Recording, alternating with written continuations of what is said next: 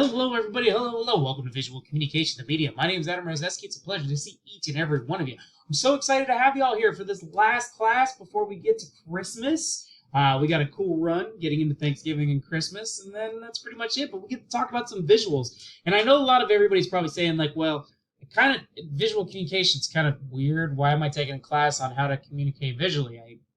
I visually can talk to people, but it's really interesting where visuals can be interpreted in multiple different ways, and many different cultures and perceptions can be offended by based upon how visuals are built and how they're communicated. And you have to be careful how you organize visuals because communication can get confusing, and you don't want to end up with those developments. So you want to make sure that you communicate visually, and this goes for any type of industry. And I'm not just talking about just for the industry that I come from, which is video game design, but I'm talking about if you work in a hospital, you got to build charts and different organizational patterns for where nurses go to make sure everything makes sense, right? And so your nurses understand where they have to go if you're a charge nurse. Another aspect in business, to understand your metrics for like statistics and stocks and revenues. That has to be read appropriately and built properly in reports so that your CEOs can make proper decisions. I have to do this all the time for mine when I have to give proper updates based on project results. And that's a huge thing because it's kind of hard to like communicate to my CEOs like this is happening in my project in a very simple like 2-sentence form. That's important because those are visuals, and even we have to consider like visuals come from even alphabets and signs and icons and how those are derived to communicate and trigger specific emotions. And that's what visuals are meant. And how you build visuals, you can trigger those emotions and trigger those responses based upon that. And that's what we're going to be focusing on. And it's going to be a lot of cool things. We're going to have a lot of great discussions, and we're going to learn about visuals. And then maybe you can derive some of this information and use it for something down the road in your own industries, for example. And yeah, let me just kind of bestow some of my experience as well, and hopefully it'll be cool. So yeah, my name is Adam Rozeski. It's a pleasure. So don't worry about my last name. It's a little bit confusing. So yeah. So just Adam's fine. And that's pretty much it. But yeah, let's get into it. So a little bit about myself. I started all sorts of odd jobs. I actually wanted to be a professional goaltender for the NHL, and I came from Texas because my dad was from Pittsburgh, so he got me into hockey. I was a roller goaltender. I was all state, but we didn't have ice. So, but I was really good at like AutoCAD and engineering in high school, so I wanted to go to mechanical engineering. And then I went try to go to Penn State, and then they picked me up, but then I tore my knees out. And then after that, I worked for my dad in the airlines doing contract work for like on the ground, and I was bringing in airplanes, and eventually I worked HR. But I was a big video gamer growing throughout life, and one of my favorite games was Legend of Zelda: A Link to the Past, and that's pretty much me just really loving video games, even in the early like 80s and late 80s and early 90s, way before like video games got like exploded beyond capacity after like the N64 and that. So it was really cool industry, and I wanted to be a competitive gamer at first, but there wasn't really like professional gaming in the mid 90s during that time. So in the early 2000s, so I got good with Gran Turismo. I used to do a lot of tournaments with that, Battlefront 2, and I'm talking about like LucasArts Battlefront 2 for Star Wars, not the one that EA worked on that thank God I was not a part of. So whew. And then multiple MMOs. I was a big competitive like player versus player MMO gamer, so I was really good. I played a lot of like characters that were considered like tanks or considered like defensive capabilities, but I also liked stealth characters as well, so I was pretty good about that. Never a support class character, couldn't do that. But yeah, so eventually I wanted to. I figured like competitive gaming was still just like decades away, and by that time I'd probably be like 30 or 40 before it picked up. So I wanted to get into like building video games, and I was a big fan of like building stuff and building cars when I was growing up, and different elements around the house. So I ended up going to Full Sail in UCF. I got my bachelor's in entertainment business and my master's in game design and project management, so I double mastered. And then I ended up breaking out. So I worked for some companies with the National Flight Academy with doing user experience and GP Games, helping be an internal producer for a couple small games early on. And this was like a studio coming out of Full Sail.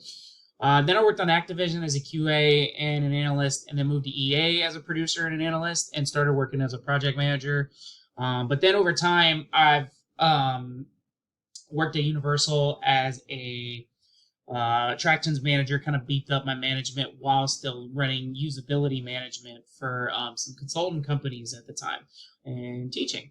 But then eventually over time, I'm now a senior project manager for Wason, and we do VR games for Oculus and Meta. So that is what I do, and we currently have 4 or 5 products on the lines, and I've worked over 40 games in my career, so I've bounced around a lot of things. Seen Dragon Age, I've seen Dead Space at the end of it with Dead Space 3. I saw all the sports games like Madden, NHL, FIFA, bounced around there. Tiger, NCAA was always one of my favorites. NCAA 14, that game was awesome. So, yeah, whatever game about it, I could probably give you a heads up on anything. So if you have any questions about getting into the game industry, I'm all for it to help you out. So, got a lot of cool stories. So, a lot of cool things. A lot of the cool things that tell you how it broke before we released it. That's another thing. So, yeah, pretty much. I am a game producer. So now I work at Wason. I am a senior project manager for a VR team. So, and that's pretty much what I do. So, yeah, if you have any questions, let me know. But that's pretty much it. But yeah, let's get into it. So we have a couple assignments. So we're going to do written assignments and discussions. So those are our 2 major ones. We have initials posts are always going to be due on Tuesday, except for week 1. That's going to be Saturday because class starts on Wednesday, so you can't turn your discussion post on Tuesday. There's no way about that. So both your initial post and your reply post are going to be due on Saturday for week 1, and then after that, it's always going to be on Tuesdays for initials, Saturdays for reply posts. And then final day is on December 16th. That's a Friday, so keep that in mind. Both your posts will be due then, so that'll be good. Same thing with written assignments, but they're going to be due on Sunday, so you also have written assignments, and each one of them will have a different set of instructions on how to take the scenario. And then the final day will be not November 16th. That should be a December 16th, so we're going to fix that problem. So, yeah, that's going to be December 16th as well. So both the last days are going to be on December 16th. So my apologies for that. I don't know how that got in there, so I apologize. Other than that, we also have lectures, which is really cool. So lectures are going to be worth 5 points apiece in the lecture assignments.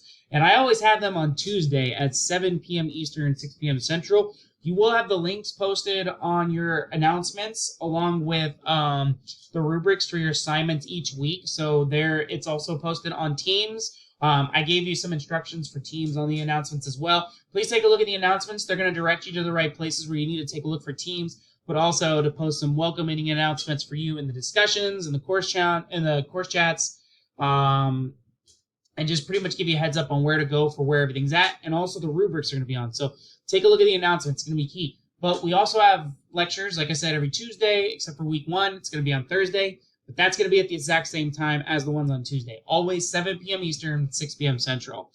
If you cannot make it, because I know I work a couple jobs, I teach and also run project teams, and also have a 9-month-old that is running around like crazy, and my 16-year-old. So it's busy time. I get it. People have a lot of things they do. If you cannot make the lectures, it's cool. Don't worry. I post recordings, and they post in the morning of the next day right away. So, and you also have to record your attendance too, because that's a big thing right there. Because live lectures, it's just pass or fail for me. So you're either going to get 100 or a 0, pretty much. And you have to do them every day on Sundays, the week of the end, the last day of the week, each one, because it's tied to your attendance. So if you don't complete your live lecture assignment, you don't get credit for it. That's pretty much it. And it takes away attendance for your points. So make sure you do them each week. Also, they're very simple to do as well. So I'll tell you how to do the live lecture assignments and how to post them in the first lecture on Thursday. And that's pretty much it.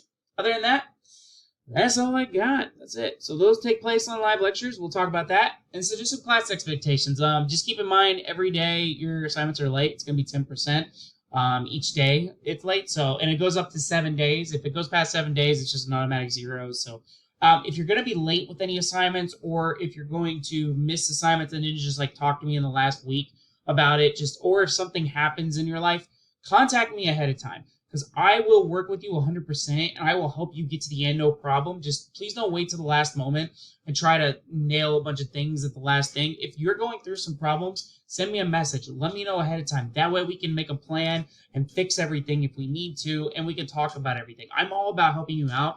Just let me know. Just don't wait till the last minute. That's the big thing I ask. That's the thing. So, their late assignments, just make sure, just they're always going to be 10%. I'm pretty lenient at week 1, just to give you a heads up. But after that, just make sure you're on point with that. Another thing, there's also feedback on discussion posts a lot. Just be courteous and respectful on those. But be thorough. I ask for 2 paragraphs per post. That includes 2 for your initial, 2 for your reply post, and give details. So don't be one of those people that be like, well, I like what you did here. This was a good post. Thanks for this. Or I didn't like this post too much. I disagree. And that's what you leave right there. Don't do that. Please give details as to why you disagreed, how you disagreed with it, and give examples to back up your reasoning with that. The more you do that, the more you're going to fill out 2 paragraphs for each post, and it's going to help you out a long way.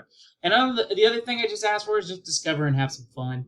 That's really the whole point. Just let them have some fun, taking a look at some visuals, analyzing, and just kind of taking a break from the other class routine where you just kind of got to go through tests and stuff. And I'm not that style with it. I just want you to kind of flow with it and just have some fun. And we get to have some cool analysis on how visuals are built. And that's pretty much what we're going to do. Just have some really cool discussion. That's going to be awesome. Other than that, that's all I got. So keep an eye out for the announcements. Take a look there. Lecture links should already be there along with the rubrics. Anything else that should be tied with it.